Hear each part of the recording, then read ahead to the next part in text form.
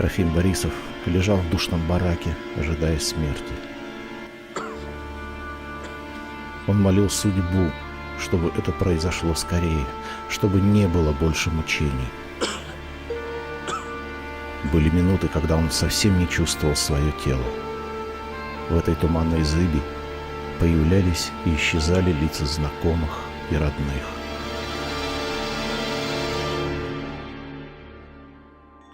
Мама совсем молодая, красивая. Она склонилась над колыбелью. Трофим был 10-м, предпоследним ребенком в семье Борисовых. Но родительского внимания хватало всем. Мальчика ласково называли Трошей, Тракаем. У отца и матери, Кузьмы Карповича и Миланы Федоровны, было большое желание выучить своих детей грамоте.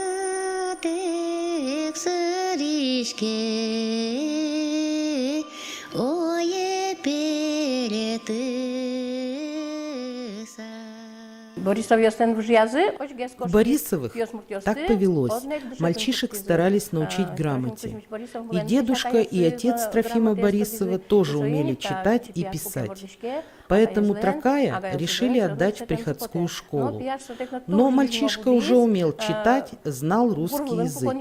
Отец занимался извозом, возил влиятельных людей из Елабуги в Сарапул. Они на ночь останавливались в доме Борисовых. Трофим слышал чужую речь. Позднее не только понимал, но и научился разговаривать, читать.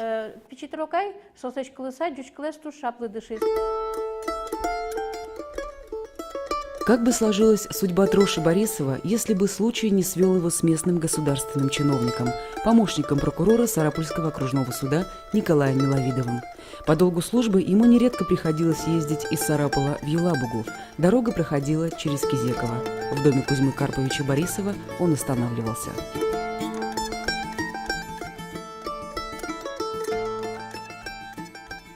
Солотушке жевлем Трокай.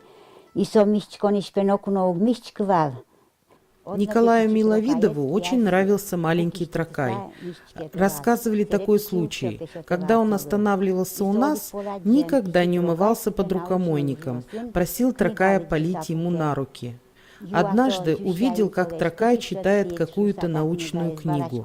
Миловидов закидал его вопросами. Почему именно эта книга? Понимает ли он содержание? Мальчишка степенно пересказал ему прочитанное. А Валашко да та книга иш маргош чалиш гоштемун Валашко шуэсо и со лад гунепе содержание заверам Миловидов лы. Николай Миловидов обратился к Филиппу Смолину, старшему доверенному известного в Прикамье купца Стахеева, а тот взял мальчика на попечение, решив вырастить нужного делового человека.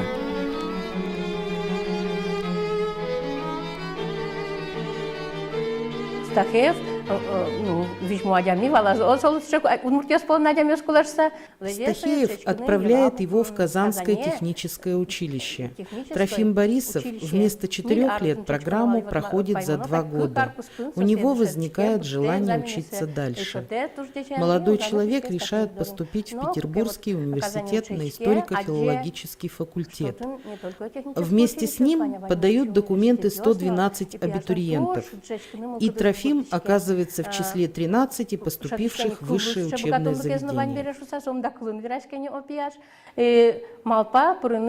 В Петербурге валсаче историко-филологический факультет. Шу даскы кадями заявление что ты учи даску индегне протоновле и вот даску нёспалы шуре трокайну.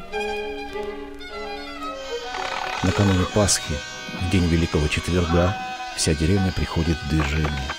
После захода солнца начинается обряд изгнания шайтанов. Кто-то стреляет из ружей, кто-то крутит трещотки, а мужики берут большое бревно и, раскачивая, бьют им по стенам домов. Подростки и дети колотят палками, колотушками по изгородям. Шайтанам некуда деваться. Все они бегут из деревни. Теперь до следующей Пасхи можно жить спокойно, жить без болезней и порчи. Этот обычай студент Трофим Борисов описал в своей первой научной статье «Изгнание шайтана у ватиков». Там же, в Петербургском университете, он начал работать над словарем удмуртского языка.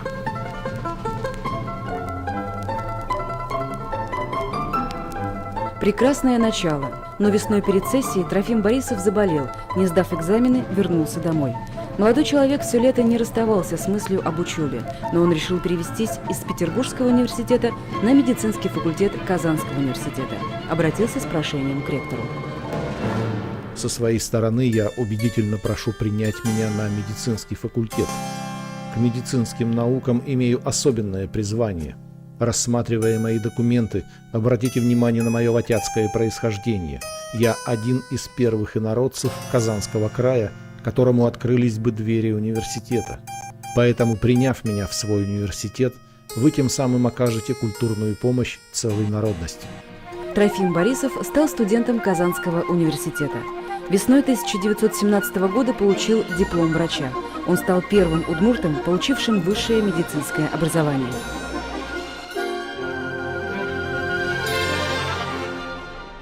Началась Первая мировая война. Трофим Борисов был направлен на фронт. Там его застала Октябрьская революция. Молодой революционер получил партийный билет, за который ему пришлось бороться всю жизнь.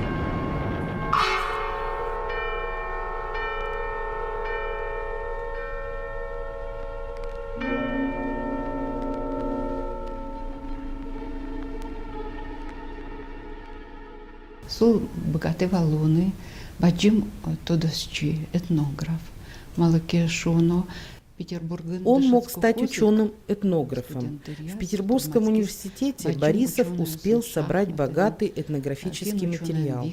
Его статьи печатались в журналах «Этнографическое обозрение», «Записки Русского географического общества». В то же время он мог бы стать лингвистом. Он составил первый словарь удмуртского языка. Мог бы заняться фольклором, стать поэтом. Его стихи печатались в газете «Гудыри». Он мог стать врачом, но он всего себя, всю свою жизнь отдал своему народу. Борисов очень хотел, чтобы удмуртский народ был на одном уровне с другими. Книга записей южных удмуртов.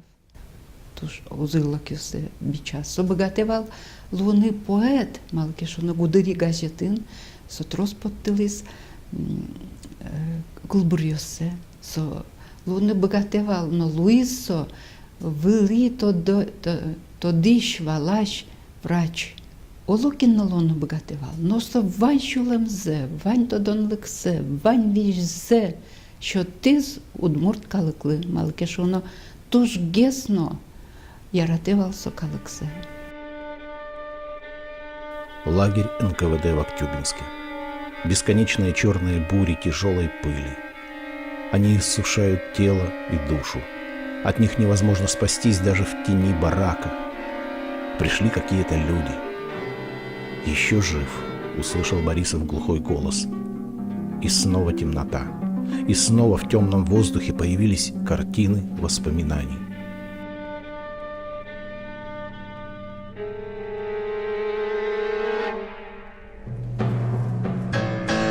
1917 год. В Казани созывается съезд представителей малых народностей Поволжья и Урала. Удмуртской секцией съезда руководил Иван Михеев. В этой секции работали Трофим Борисов, Константин Яковлев, Максим Прокопьев. Основное внимание – народное образование, открытие школ, семинарий для удмуртов, ведение преподавания на удмуртском языке.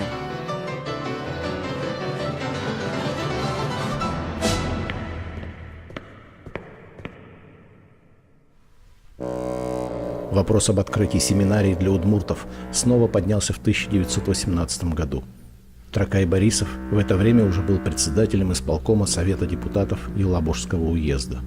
Он добился встречи с народным комиссаром по делам национальностей товарищем Иосифом Сталиным. Но в беседе со Сталиным он так и не получил определенного ответа «да» или «нет», а лишь обещаний «постараемся». Но проходит время, и из Москвы приходит радостная весть. Нарком НАЦ разрешил открыть 2 семинарии для удмуртов и выделил денег. Трофима Борисова выбрали директором семинарии в Елабуге.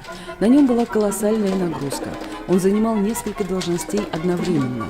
Кроме того, что он был председателем уездного исполкома, Трофим Борисов заведовал отделом народного образования, был руководителем Водского отдела, был избран редактором газеты «Выльсинь», впоследствии «Гудыри». Школа осмедущтич козы. Борисов много сил отдавал открытию школ. Он считал, что только через школы, через преподавание на удмуртском языке в школах удмуртский народ может приобщиться к мировой культуре.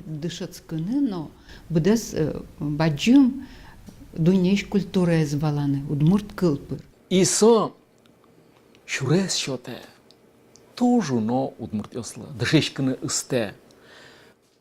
Он взращивает удмуртскую интеллигенцию. Не зря Кузибайгер пишет в одном из стихотворений: «Спасибо, Тракай Агай, ты открыл мне дорогу». Тау Тракай Агай, тон мыным шурес шотит шуэ, со валекте солы. Трофим Борисов предлагает ему учиться в литературном институте, затем аспирантуре. Он спокойно, без лишних слов, делает свою работу. Ужасо и тоже, но интеллигенциями сколбите. В то время в газете «Кудыри» появляется статья. В Елабужском уезде нет человека, который бы не знал Борисова. Благодаря его усилиям для удмуртов в Елабуге открылась семинария. Он издает удмуртскую газету, пишет удмуртские книги. Но, несмотря на свое высокое положение, он стоит на стороне бедных. Работая врачом, он мог бы жить спокойно, но из жалости к бедным постоянно старается ради них. Мало людей, работающих с таким вдохновением и без устали, как он.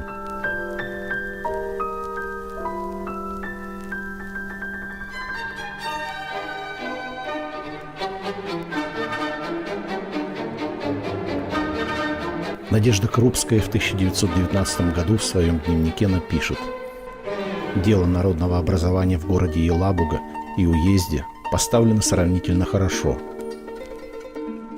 Имеется 306 школ для взрослых, 20 районных библиотек, 71 культурно-просветительский кружок, 6 народных домов, 2 пролетарских клуба. Это в первую очередь было заслугой Трофима Борисова».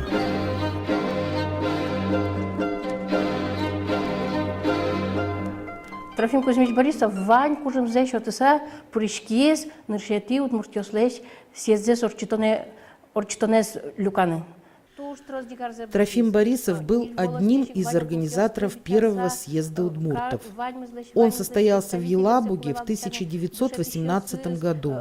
Делегаты приехали из 4 властей, но Трофим Борисов не принимал участия на данном съезде. Его делегировали в Москву на 5-й Всероссийский съезд рабочих и крестьян.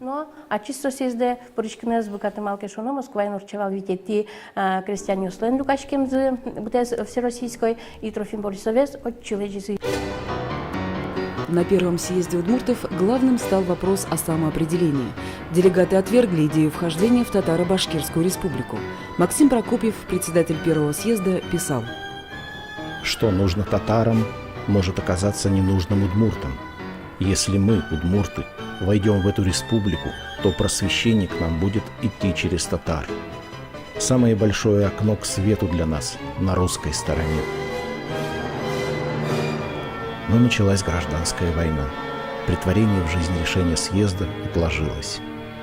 Весной большая часть Удмуртии была занята колчаковскими войсками.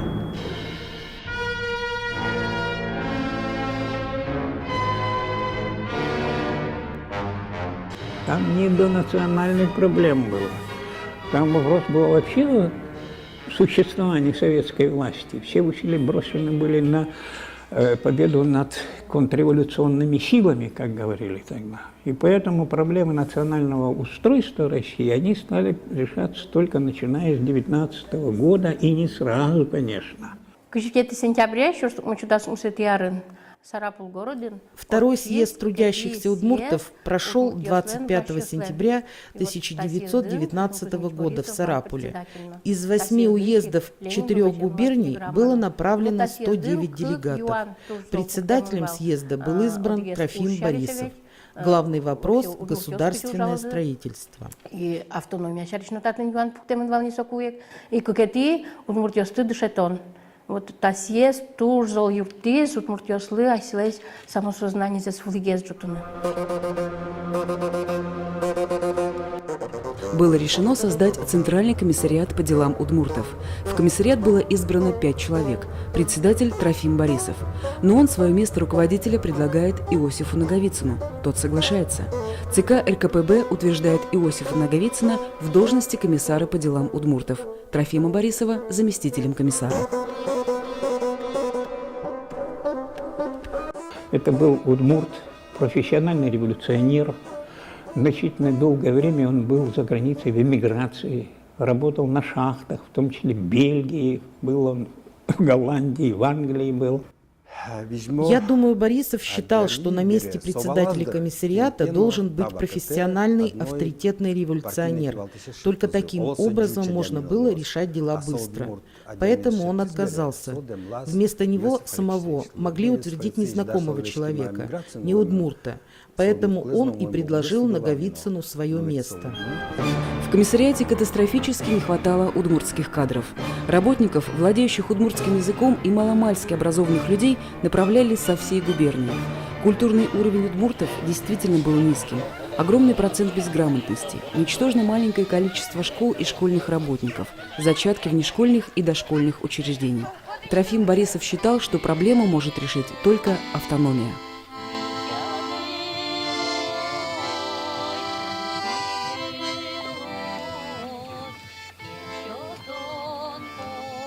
Шедевал соку политическую шпумьостыно герджаны богатевал сое удмуртьостен ушпоменезе. Со туш тросветлись удмуртгуртьости, наверное, диг удмуртгурт. Борисов много ездил по деревням.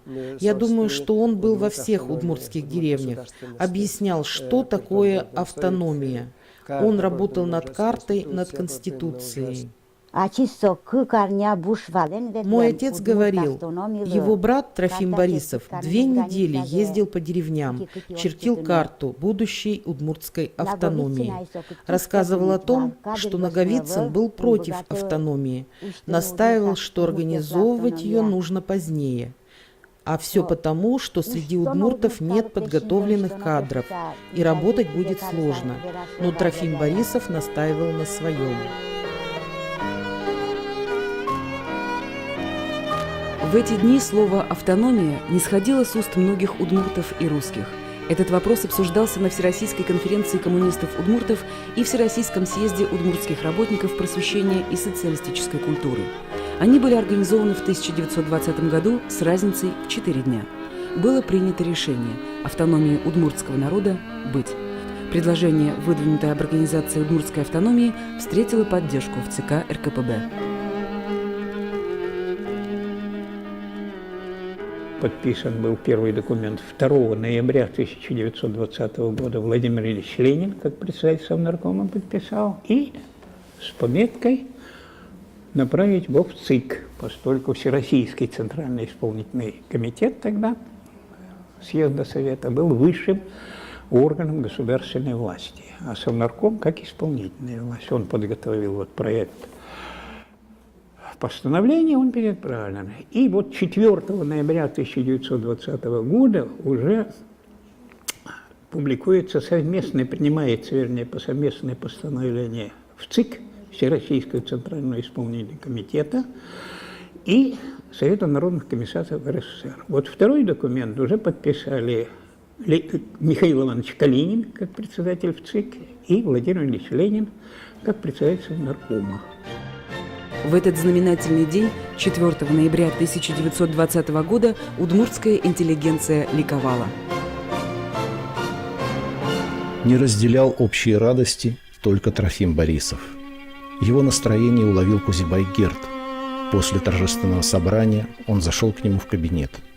«Тракай Агай, вы чем-то расстроены?» У меня действительно противоречивые чувства. Этот декрет имеет для нашего народа историческое значение. Но почему нас делят? Почему один народ имеет право на республику, а второй на область в составе губернии? Чем мы хуже других? В Советском Союзе была создана четырехступенчатая система вот этих национальных автономий. Первой ступенью был национальный округ, потом переименованный в автономный. Вторая ступенька – автономная область, как форма автономии Удмуртской. Третья ступень была автономная республика, и четвертая ступень – союзная республика. Вот четырехступенчатая была такая. И это с точки зрения юридической вызывает интересные ассоциации. Если мы большевики провозгласили равенство народа всех, право на самоопределение и прочее, то почему в практике получились четырехсортные народы, выходят, да? Неверным было и название. Вместо Удмуртской автономной области – Водская. Это говорило просто о неграмотности этих чиновников, которые понятия, говорю, не имели. Где эти удмурты живут, ватики эти, и кто они? Ну, как на свой манер это писали вот таким образом. Вот название это сохранялось вплоть до 1932 года. Она называлась Водская автономная область. И только в 1932 году, опять же по просьбе наших органов власти, в связи с тем, что удмурты никогда себя ватиками не называли, ну, само название-то действительно удмурты, переименована была Водская автономная, Удмуртская автономная область. 30 ноября 1920 года Борисов пишет: в автономную область войдут удмурты, проживающие в Глазовском, Малмышском, Елабужском, Бирском и Осинском уездах. Но Сарапул и Сарапульский район вместе с Водским отойдут к Пермской губернии. У удмуртов будет собственная столица. В ней все учреждения, которые были ранее в губернском центре. В этих учреждениях будут работать все, но необходимо больше привлекать удмуртов. Трозвал Малпаньос. Тышизы одной удмурт республика Трозгес удмуртьос медлозышуса. И партизы тачу. В автономную область старались включать те районы, где компактно проживали удмурты. Поэтому в автономию не вошли многие современные районы Удмуртии, в том числе и Сарапульские. И вот Соинсерен Сарапулная спыры, Тросез район Йосная спыры. Границы удмуртской автономной области были установлены 15 февраля 1921 года. Не сразу, 15 февраля. Отдельное постановление в ЦИК было установлено о границах Водской автономной области, как говорилось тогда. Значит, и на этом основании центром автономной области был определен город Глазов. Опять почему Глазов? Когда в территорию этой области входил город Ижевск, в котором в то время было около 30 с лишним тысяч населения, а в городе Глазове было где-то около 6 тысяч населения. Почему? Опять же, по этническому признаку, потому что в Глазове удмуртского населения было больше, а Ижевск – это был русский город главный. У него получилось. Он добился того, чего хотел. У удмуртского народа своя автономия. Но Тракай Борисов не знал, что ему предстоит еще пережить. Он не знал, что бесконечная любовь к своему народу обернется обвинением в национализме, что ему придется терпеть унижение, боль в стенах НКВД.